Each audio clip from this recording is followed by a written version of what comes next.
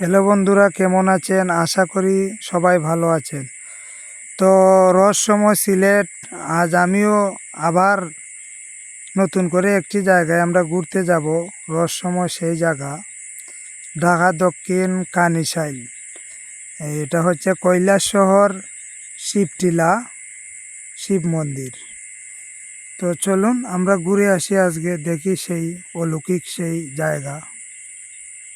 সেই জায়গায় একটি অলৌকিক মন্দির আছে, কত সুন্দর সেই জায়গার নামটিও কৈলাসহর, কৈলাস পর্বত।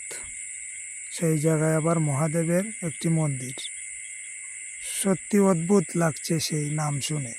তা আমরা চলে আসছি সেই মন্দিরের, বেশি আর দূরে নেই, মন্দির আমাদের কাছেই, আর 1 মিনিট তো আমরা চলে যাব সেই মন্দিরে। তো বন্ধুরা, এই সেই হচ্ছে আমাদের সেই অলৌকিক মন্দিরটি, টিলার উপরে অবস্থিত।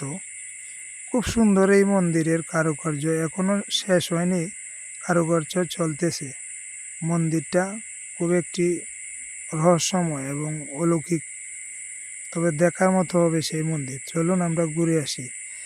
এটা হচ্ছে তেঁতুল গাছ, এটা হচ্ছে কালাচাঁদের তলা বলে এটাকে। শ্রী ভৈরব মন্দির, আরও মন্দির আছে এই জায়গায়। এটা হচ্ছে শ্রী ভৈরব দেবের, মহাদেবেরই এক রূপ, কাল ভৈরব। এটা হচ্ছে মা শীতলার মন্দির। এটা হচ্ছে নারায়ণের একটি বিগ্রহ। এই হচ্ছে এই গাছ থেকেই মা শীতলার যে এই জায়গায় মা শীতলা পূজিত হয়। আর এদিকে হচ্ছে মার মন্দির। আর এটা হচ্ছে গিয়ে আরেকটি মন্দির, শ্রী শ্রী কালাচাঁদ মন্দির। এটা হচ্ছে ভগবান শ্রীকৃষ্ণের আরেক নাম কালাচাঁদ, নারায়ণের আরেক নাম হচ্ছে কালাচাঁদ, সেই কালাচাঁদ। এদিকটা অনেক সুন্দর, একদম মনোহর পরিবেশ, গ্রাম অঞ্চলের মতোই। আসলে মন্দিরটি ভাবনীয়।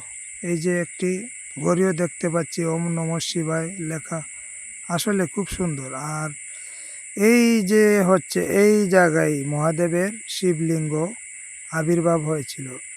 এখানেই মহাদেবের শিবলিঙ্গ আছে, যেটা অলৌকিকভাবে এটা আবির্ভূত হয়েছিল। এই জায়গায় মহাদেবের খড়গ আছে। আর এটা হচ্ছে মন্দিরের আর্কিটেকচার, এভাবেই এটা বানানো হবে।